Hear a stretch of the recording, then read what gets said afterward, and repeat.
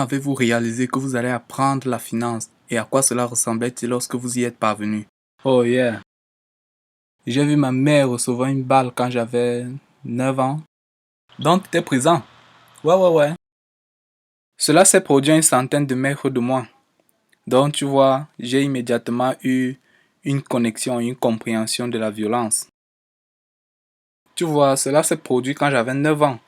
Et je ne parle même pas de la façon dont cela a joué dans mon cerveau encore et encore et encore.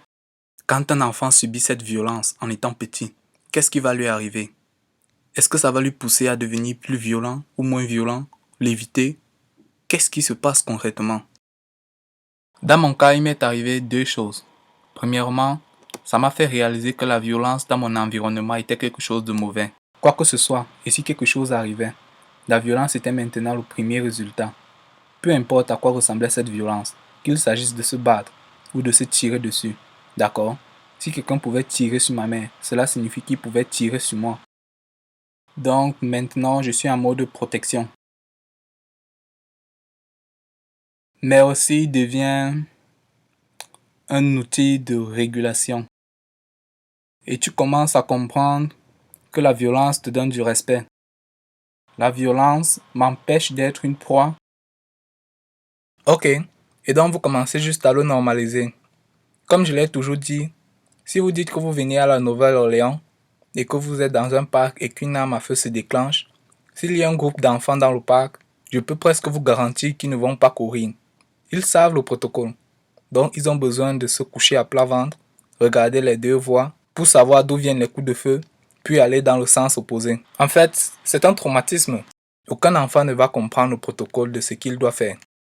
Et je connaissais déjà tout cela en étant petit, que s'il y a un coup de feu à la maison, allez directement sous le lit. Tu vois ce que je veux dire, donc je comprenais déjà le processus. Donc tu sais, c'est comme à l'école où ils vous enseignent des règles de préparation et réponse aux tornades. Que voici ce que vous êtes supposé faire, donc c'est comme un manuel de suivi mais en temps réel. Et vous voyez aussi qu'aucune limite d'âge n'est interdite pour se faire tuer. Parce que les jeunes enfants se font tuer par des jeunes enfants, ouais. Alors, vous commencez à comprendre que ok, c'est mon environnement. Moi en voyant des armes, moi en voyant de la drogue, de la prostitution, ok, cool, ça ne me fait plus peur. Ok, je comprends maintenant. Je dois maintenant faire avec et je comprends ce que ça fait. Je dois maintenant me promener en sachant que si je ne fais pas ce qu'il faut, ça pourrait être moi. Dès le bas âge en fait. Donc vous vous êtes éduqué sur la violence, vous protéger, savoir quoi faire, comment sortir d'une situation, comment vous défendre. Oh yeah, la résolution de conflits. Et toutes ces choses apparaissent au bas âge. Même, même quand il s'agit d'un combat à main nue. Vous voyez que si je ne gère pas cette situation ici, en ce moment, il y a certaines choses dans ce quartier que je ne pourrais pas faire. Vous voyez ce que je veux dire, n'est-ce pas? Si je le laisse prendre ce dollar, où que qu'il soit, je ne pourrais pas aller dans cette boutique. Car, quand ils vont vous voir maintenant, ils en voudront plus, à moins que vous ne vous défendiez. Et ça va être soit mec, ça ne vaut pas la peine que je passe mon temps. J'ai pas le temps à perdre, bro, je dois aller au magasin pour faire des achats. Oh, donc si je comprends bien, c'est comme l'intimidation à l'école. C'est comme le garçon qui continue de te battre jusqu'à ce que tu lui résistes. Et puis la chose est que l'intimider ne veut pas vraiment un combat difficile. Pourquoi vais-je compliquer alors que je peux rendre les choses simples? Et là, tu commences à comprendre plusieurs choses. Tu commences à comprendre comment la machine fonctionne, tu vois un peu? Bon, disons, tu es mon oncle, tu rentres à la maison et tu m'envoies au supermarché. Je rentre, je te dis, oh mon oncle, on m'a agressé. Ne reviens pas ici jusqu'à ce que tu reviennes avec ce que je t'ai donné. Ou que tu viennes ici sanglant. Montre-moi que tu t'es fait agresser. Et là, je vais sortir et gérer cette situation. Tu vois, ce sont les réalités que tu fais face en étant enfant. Ce n'était pas que non, tu es trop jeune pour ceci, tu vois. And so now you develop Et that c'est comme ça que mindset, tu that développes cet état mentality d'esprit de from a little l'enfance à bitty l'adolescence. to Ce adulthood. qui se And what passe, c'est que happens is maintenant, now tu le you fais see it so tellement que much ça it devient une partie becomes de ta you. personnalité. Oh, I know how to handle this situation right here. Tu vois, à 16 ans, non, à 14 ans, j'étais sans abri. Je vivais avec ma grand-mère et après ma grand-mère morte, j'étais sans abri, littéralement sans abri, tu sais, parce que ma famille ne voulait rien avoir à faire avec moi. Mais tout le monde a des problèmes et personne ne veut prendre un autre fardeau. Tu sais ce que c'est? Tu vois, j'ai géré ça pendant un moment, en étant sans abri. Puis je suis allé chez ma tante qui se droguait. J'ai commencé à travailler dans sa maison, vous savez, à des fins de suivi. Je n'avais pas vraiment le choix. J'ai appris cela de ma mère, tu sais.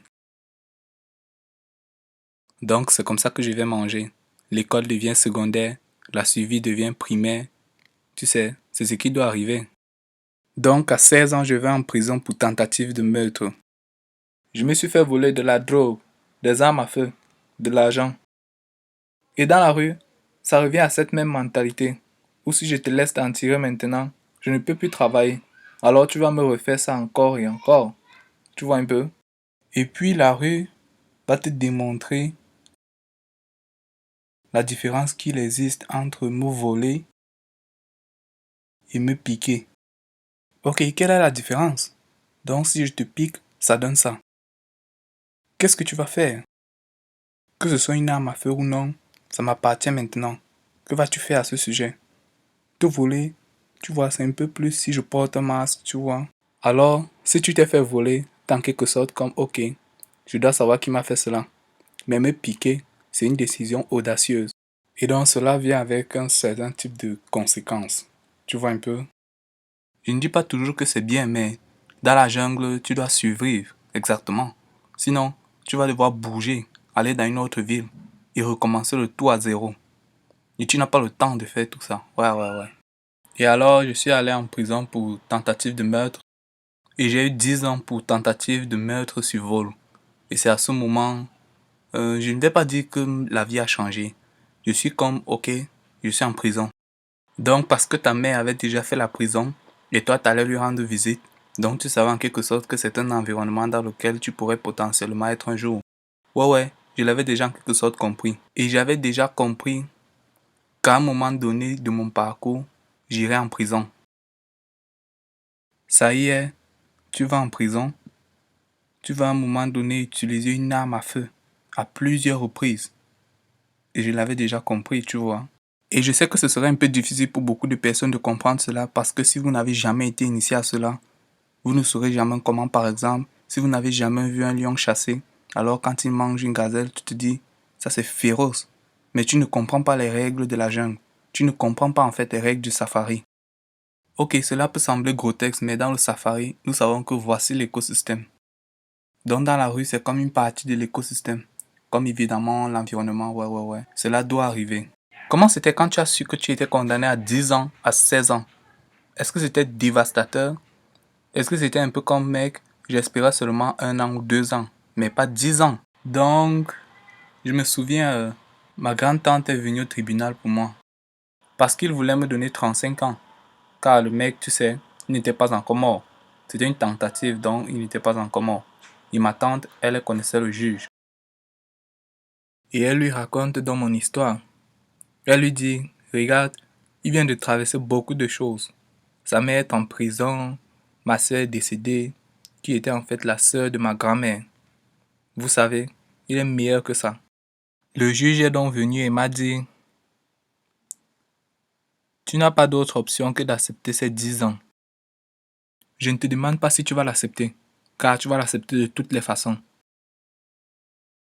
Et le juge était comme bouleversé à ce sujet, parce qu'il a l'opportunité de retirer quelqu'un de la rue d'une vie en pro-crime pour avoir tiré sur quelqu'un.